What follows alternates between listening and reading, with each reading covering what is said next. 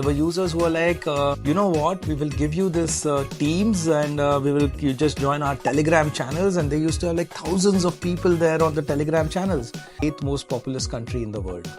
Wow. So you use a food delivery application and they have those filters of pizza or a Chinese, right? So I just click on pizza, I order a pizza, it's like super fast. That's the kind of things that we also do. If you follow cricket, Yeah. DRS is the The the third umpire call. So we try to give all the sporty names to our products in-house also. I'm getting 25 rupees off. Will someone do that? Yes, 100%. Because 25 rupees off is 25 rupees off. So, even me, I look for offers, right? Everyone looks for offers. Harsh, our CEO, used to say, I want to be able to watch the game while playing fantasy. Like, why? Like, that's impossible.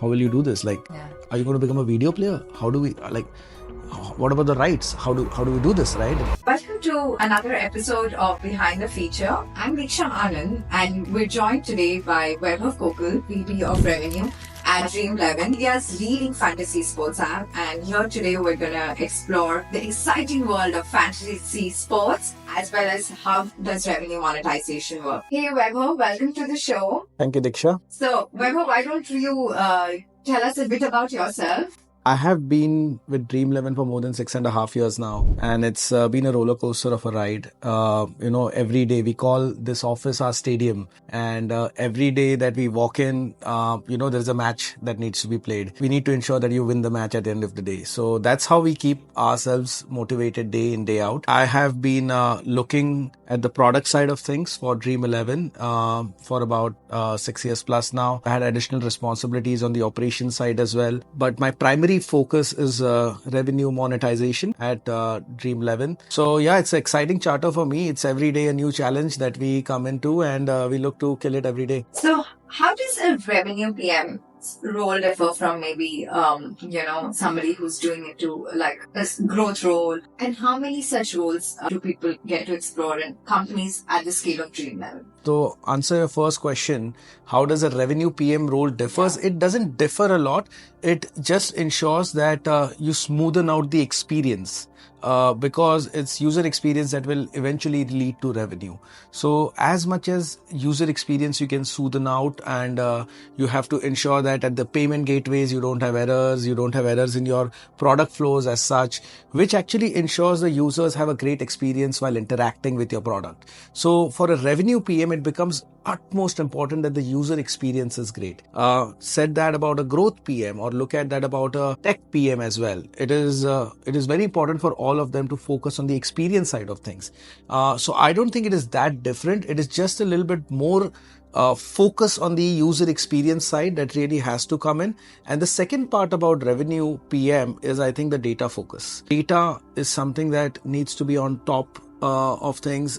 We need to understand, how do we make decisions based on data? Are you able to validate your user problems with the data? Solutions can be from the data. Solutions can be coupled with your gut. We have a 90% data, 10% gut policy here at Dream11, which means that we do take some gut decisions as well. So I think a good combination of both of them leads to better decision making overall for PM that way. I'm going to jump into the Dream11 app. We all know about it. For someone who doesn't know, what does Dream11 do? Could you help explain it? What is this world of Dream11 and how you have taken over India? So I think if you don't know Dream11, you should definitely watch the IPL. But the Dream11 application is India's leading fantasy sports platform. We have more than 220 million users, registered users on the platform. And I think if you go just by that number, we are the, if I think I'm not wrong, 8th most populous country in the world. Wow. So there are apps which definitely have more users than us, but just to get that on a game is something which is very fantastic to see. Now, very, very important for us is to understand that what Dream11 solves for. Dream11 actually solves for, making sports better for the user. Now, you can be an active sports viewer, you can be a passive sports viewer. Dream11 actually enhances your sports experience completely. When you have created a team on Dream11, you are like supporting your team. So if you are watching a game between, let's say, Mumbai and Chennai, you want your particular team to do well rather than Mumbai, Chennai. Yeah, it's fine, it's great, but my team needs to do well. So yeah, I mean, a lot of that comes from the fact that a lot of us in India think that we are cricket pundits. We know the sport better than anyone else. So, that skill element which is there is definitely something that users want to be able to test it out. Dream11 gives them the platform to test it out. Okay. And yeah, it's been a very, very interesting journey. We have millions of users who play day in, day out. That's great. So there is that world in India which are, like you said, cricket pundits. There are people like me who do not necessarily understand the game. So one, is this limited just to cricket or there are other sports? And second, I know we're listening to fantasy sports and I know, I hear my friends talk about fantasy football leagues. How is this similar or different from that? Two-part question. I'll look to answer the first one. The aspect of users who do not understand the sport that much but want to still experience the product, there are a lot of ways you can do that. That's why we have a lot of different features that we create for the masses. And there are features that we have put in, like the Guru teams, for example, which actually enables you to be able to see that's a ready-made team that you can actually pick up and edit on your own also, as you want to do it. And based on those kind of things, you can even have parameters that you can put into the application that, okay, you think Mumbai is going to have a good day out there. They're going to score more than 200. It's going to be a batting heavy track, and the application can give you teams that you can actually use. So there are different ways that you can actually do this. It's not required that you know the in-depth skill of something. If you know it, it's the advantage that you will have over the other players with your skill set. But yes, you can also be able to get some help from other people to be able to create your teams as such. The aspect of the not so cricket savvy or not so sports savvy people coming in, we want to ensure that users actually have a very smooth experience while creating teams, joining contests, doing payments, playing free contests, anything that they want to do. You mentioned, obviously, I'm going to come into your domain, which is revenue. You have such a wide range of users, right? From the cricket pundits to people like who are novices like me. How do you keep your revenue monetization strategy fresh in these circumstances? Actually, you have to understand that what people are looking for also, right? People are looking for, a way to compete with other folks. So give them that option. Make sure that, you give them that bragging rights. You give them that way that, okay, if I'm playing with friends, I can create a private contest and I can play with friends. If I'm playing against, the whole of India, I want to play against the whole of India, you can play against the whole of India as well. So it depends on what you want to do on the application. Now, for the normal user, he's going to maybe come and join one contest. Maybe he's playing with friends, maybe he's playing on the mega contest of Dream11, which is absolutely okay. And there will be some people who want to come and join 2, 3, 4 contests as well, right? So they can come and join those kind of contests. They can join them faster. They can join them with our different modes which we have to join contests. It just becomes easier for them to join contests as well. Now, the way the monetization strategy works is that we need to understand that there is only a certain time between the toss and the actual match start time. So we want to ensure that during this time, the users are able to do things very quickly. So if you want to join 2, 3, 4 contests, you are able to do it in like one click.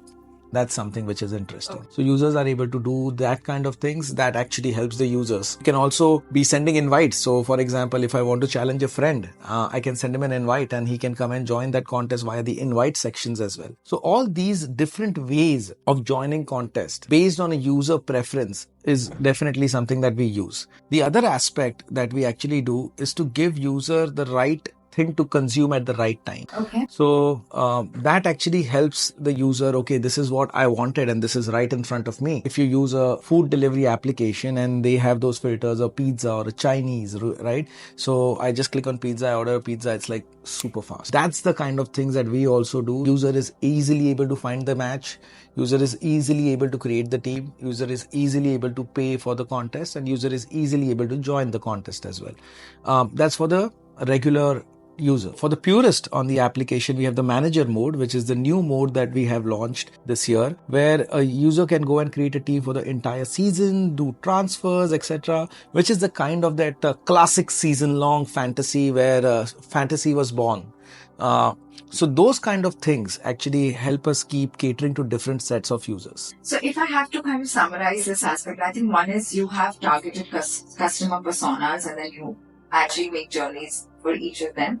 Second is you do try to make it as convenient and customer user friendly first. And this is something that's actually interesting. A lot of food delivery app, there is enough examples today within India itself. For something like Dream11, because y'all are one of the first, or maybe just the first one. What are your inspirations? Because it's not like you can just copy from somebody. So I like this aspect where you said you had the guru format. Where do these inspirations come from? Do they come from other apps, or how do you all come up with these ideas?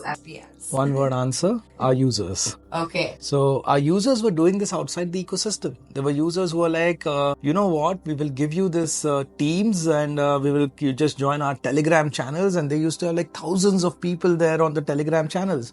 We were like, let's just bring them in. If these gurus are able to actually do this inside the application, how powerful it could be. So that you don't have to go there, oh, he's picked Surya Kumar Yadav and he's picked Jasprit Bumrah and he's picked Dhoni. I have to go in the application. Here, I can just go and pick his team. Okay, so this is like small case of I'm sorry, I come from a financial world, so my examples are, there are today, they're the best fund managers and you're like, let's copy their strategy and you just bought this in. Coming to the user, I get Telegram is one of the examples, but what are some of the unconventional ways in which you have figured out the true pain points? See, there are always theories that a user wants this or a user, is facing an issue with this. How do you validate this? There are ways to validate it. Surveys, research, etc. But this can take time. What can be very powerful are POCs. Okay. Go to the application, launch a small POC to a base. We are fortunate that we have this huge base. So if we launch something to, let's say, a 10,000 or 20,000 or even maybe 100,000 users, we are able to get data very fast. If you see that there is a very quick and dirty proof of concept, maybe sometimes even non-tech, and users are able to use it and users are like, oh, this is great. And there is repeat user behavior. Then you build a good feature around it, right? Because then you build a whole thing that, okay, this is what the users are looking for. It actually validates your user problem from the user. Could you share an example? I'll share an example. Yeah. So I'll give an example. We recently did this thing called when you create a team, a very unconventional way of creating a team. I talked about creating it with the gurus, creating it with like inputs to a team planner, etc., etc. But imagine this, that if someone's telling you from a statistical angle, what are some of the insights rather than you reading it. So we launched something that we call as the coach, which was powered by our sister company Fan Code. Okay. And what it does, it actually tells you about things and it tells you in English. So it tells you, like, for example, again, I'll go back to Mumbai-Chennai game and it will tell you if it is going to be played in Mumbai. 3 बार मुंबई ने चेन्नई को last 3 साल में यहाँ हराया है. Last 3 साल में 2 बार Suryakumar Yadav man of the match रहे हैं. And this kind of insights are so powerful for the user when they're deciding their... Yeah, now this we did, we used Gen AI to build a lot of this stuff. And when we did it, we understood that, oh, this is a difficult thing to build from scratch.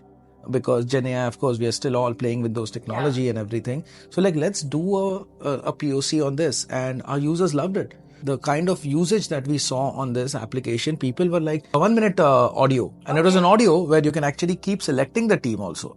So it actually helps you to create just better teams. Now, when we did this, people were like, okay, this is great. And this is great in an IPL game. But if I want to put you to play a Tamil Nadu Premier League with Dindigul Dragons versus Madurai Super Giants, you don't know who to pick. Exactly. But the coach had all the stats. The coach knew what are some of the great insights that you can use, and then you can create a team based out of it. It becomes so easy for users to be able to create teams for something that they are not following very religiously as well. So with the upcoming World Cup, there is USA versus Canada game. Tell me one player in USA maybe, or one player in Canada. We may not be able to know it, but yes, this kind of things will help our users. We did a very quick dirty POC and now we have productionalized it for a lot of our games and etc. So that actually validated our problem that maybe this is good in tier 1, but this is very powerful in the other games. Also, IPL and the India matches, yes, you know who's playing well and who's not playing well, but in the other matches, this becomes a lot more powerful than it is. I think this is definitely interesting.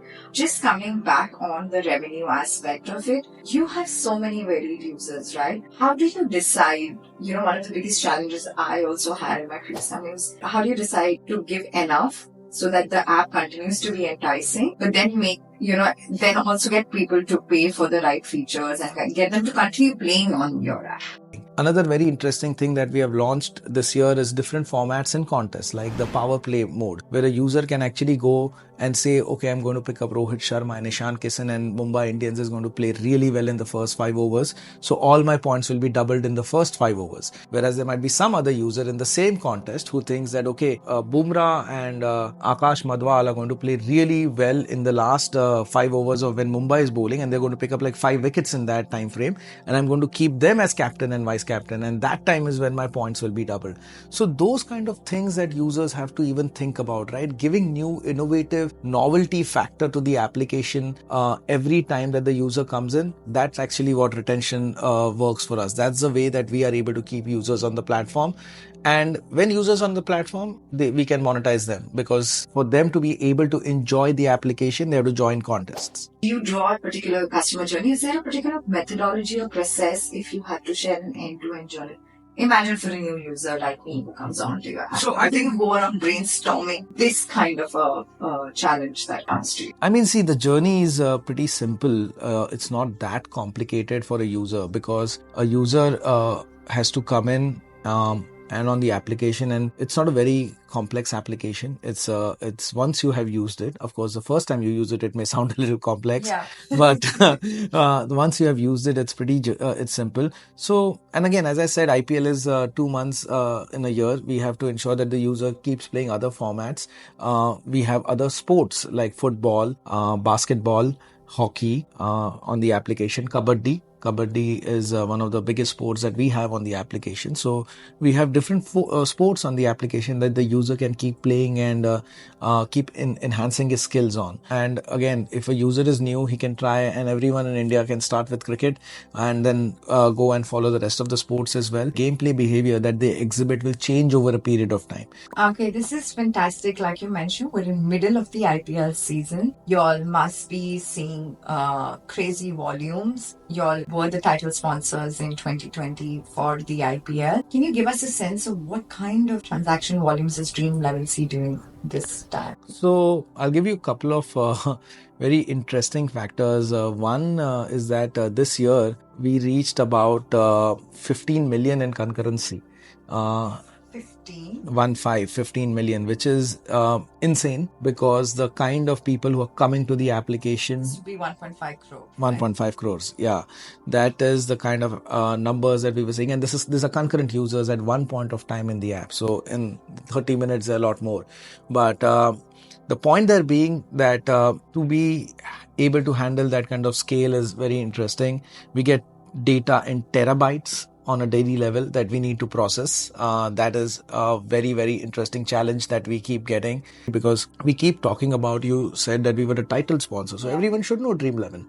But there is still a lot of market that needs to be captured, and we are just starting out, and we are very hoping that we want to capture a lot more market share as we keep going deep into this Dream11 journey. You mentioned these amazing volumes that you see, especially during the IPL season. How do you scale to ensure a smooth consumer experience or customer experience? See, it's a very interesting question. We have been, learning over the period of a lot of years, right? We used to have a monolith service initially. And it was just one monolith. Everything was being served from there. And somewhere in like 2018, we felt that, okay, this is not going to scale because the kind of volumes we started getting in. So we decided to carve out a couple of services, our main core services out of this. And it worked. in the 2019 IPL. Now, when it started working, we were like, okay, let's carve out a few more services out of this. So in the next few years, we have carved out more than 100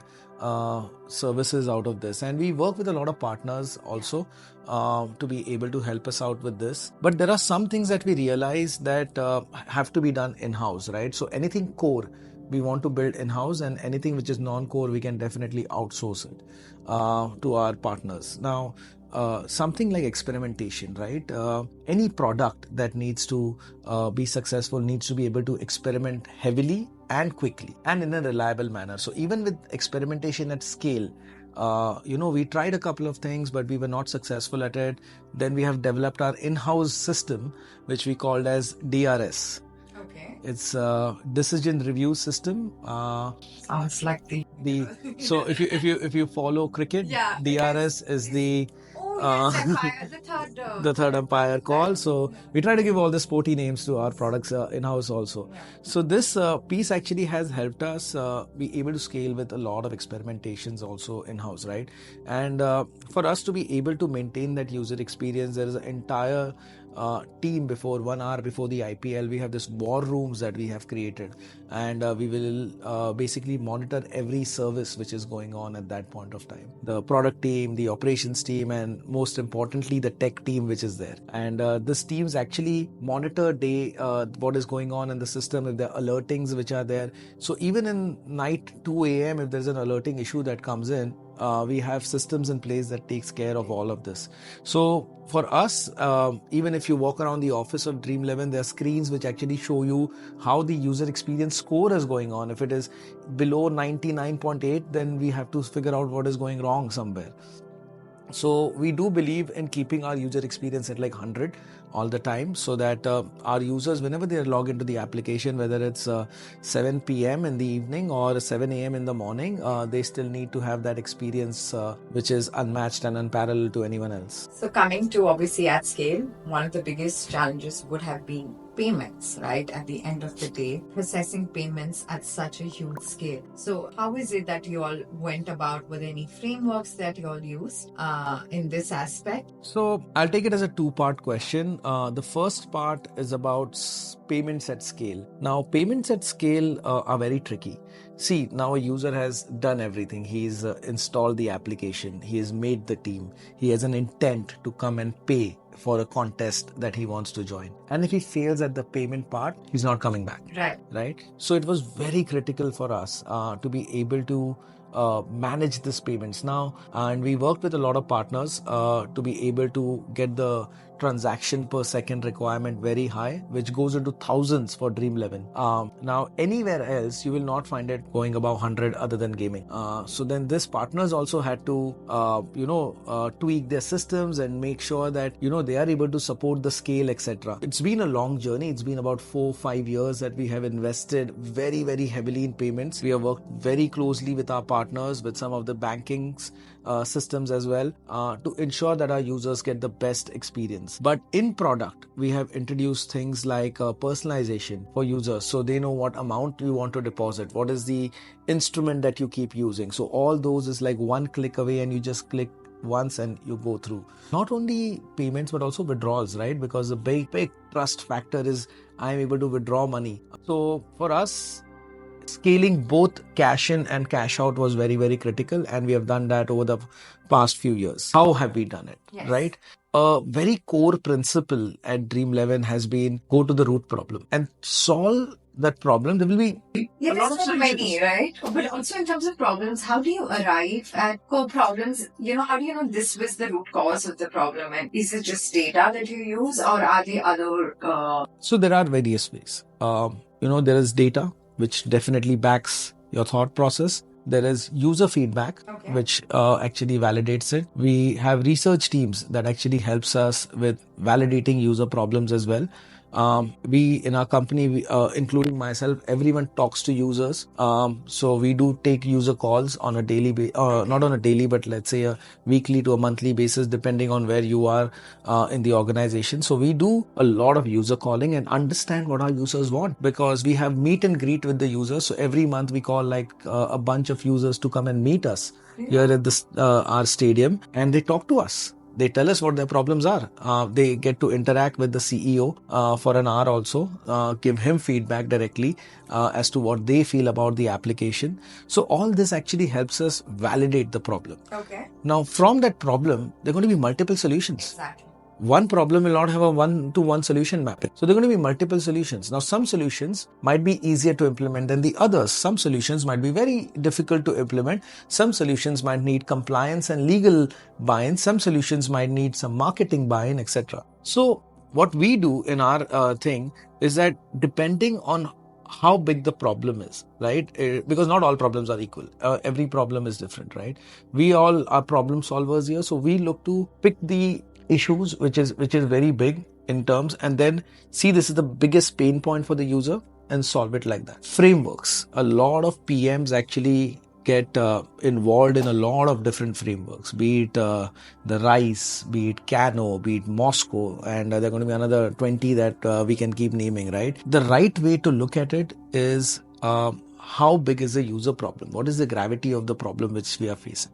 And also what maturity of the product that you're looking at. If you're looking at a very early stage product, processes and your frameworks are going to be very different versus if you're looking at a matured product. I'd like to give an example.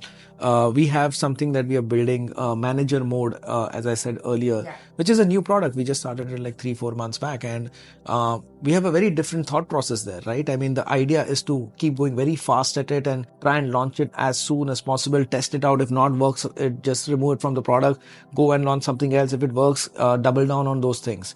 But in a matured product, we need to be able to understand that, okay, this is the flow of things. This is how you need to build it, and build it in a way that a user keeps getting better and better experience. So for example, in payments, the first idea that we had is to increase the TPS. It was an external thing which was there. Then the idea came on personalization, which was an internal thing, which with our data team, etc., we were able to solve it.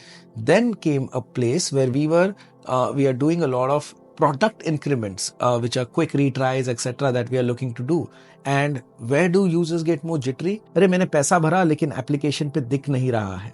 So the next part that we are looking to solve is the customer experience part of it, on where the user can clearly see if his money is in pending state or has it been not deducted from the bank. So these kind of things are actually completing my payment experience for the user. Exactly. So I do not believe that there is one single framework that actually takes a product to a success. Any product out there which is successful is solving a user problem. At the end of the day. Yes, absolutely. So you mentioned another aspect of payments was partners. Today, any startup, everyone's using payment gateways. What were some of the mistakes that you think you all made, and how did you all correct it? And what are some of the tips that you can share? Ensure that you project your scales, etc., very well, because a lot of times you can get sudden scales, and in those sudden scales, if your payment partner is not ready, you are not going to be able to monetize your users. So ensure that you project your scales very well. Ensure that you work with them on a continual basis, right? It cannot be once in a 6-month kind of a catch up that actually helps. We actually talk to our payment partners almost daily in IPL, and outside IPL it's a bi-weekly catch up that we do. We explore ideas with them, because a lot of time with them you are able to create the better flows. With them you will be able to understand that what is new coming up in the market. With them you will be able to understand how do you ensure that your users have excellent experience on payments. So that kind of new thing. So for example, if you are a food delivery app, you're a ride hailing app, you're an e-commerce platform, your core area is not payment aggregator, but there are companies which do that for you, and you work with these companies to ensure that you adopt their flows, etc., because these companies have actually matured over a period of time. At Dream11, we, in the sports terminology, we call it partnerships. So any partnership that needs to be successful, and we don't look at it as a vendor-client relationship, we call it more partnership, which is very, very important, so that both of us keep gaining from it, because they will also learn a lot from you guys, and you will also learn a lot from them. So it will be a two-way street, and that is how you need to be able to understand details, because UPI intent, does it work on Android? UPI collect, does it work on iOS? A lot of PMs don't know the depth of those things, right? So understand those aspects and then build products, and that actually helps you to even like skyrocket your success rates, etc. So I think if I have to summarize it, is there are experts who are good at some things, and then there's nothing wrong in asking them for their help and getting them to help you out. I would say that in case of Dream11, you all are so big, so you get that kind of, attention from your partnerships. If somebody's starting out, there is not necessarily that kind of handholding or somebody available every day from the payment partner side. What are some of the other tips that you can suggest for, when they do go about implementing their payment gateways? Things first, keep your payment page very, very clean. Okay. Do not clutter it with offers, and do not clutter it with like another 50 things. India mein, people want it fast, people want it cheap, people want it, very easy. So ensure that all your discounts and everything are applied beforehand. So when you go there, you are just focusing on payments and not searching for that offer. Right?